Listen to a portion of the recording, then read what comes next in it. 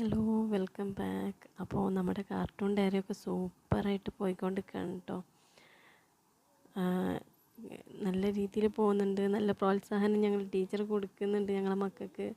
അപ്പോൾ ഞങ്ങളുടെ സ്കൂളിലെ കാര്യം സെറ്റാണ് കേട്ടോ, 1ാം ക്ലാസ്.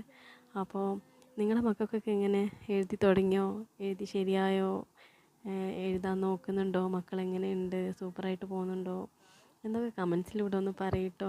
നമുക്ക് 1ാം ക്ലാസ്സിലുള്ള പേരൻസിനും ടീച്ചേഴ്സിനും ഒക്കെ ആയിട്ട് അങ്ങനെ കൂട്ടുകൂടി അങ്ങനെ പോകട്ടോ.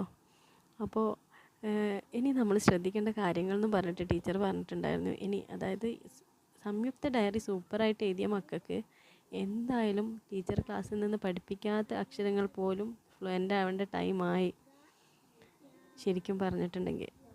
അപ്പോൾ അങ്ങനെയുള്ള മക്കൾ പോലും തെറ്റിപ്പോകുന്ന ഒരു കാര്യം എന്ന് പറഞ്ഞാൽ വായന തുടങ്ങണം.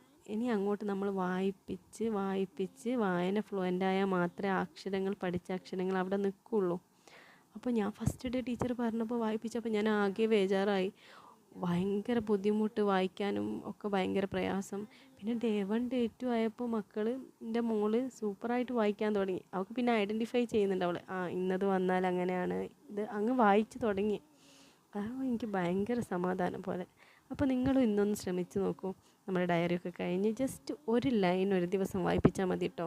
പിന്നെ അവർ തന്നെ വായിക്കാൻ തുടങ്ങും. അപ്പോൾ നമുക്ക് സമയമില്ലാതാവും. അപ്പോൾ അതുപോലെ ഇൻട്രസ്റ്റഡ് സ്റ്റോറി ആയിരിക്കണം. കളർഫുള്ളായിട്ടുള്ളൊരു ബുക്ക്, കളർഫുള്ളായിട്ടുള്ളൊരു പേജ്, അവരെ ആകർഷിപ്പിക്കുന്ന രീതിയിലുള്ളത്.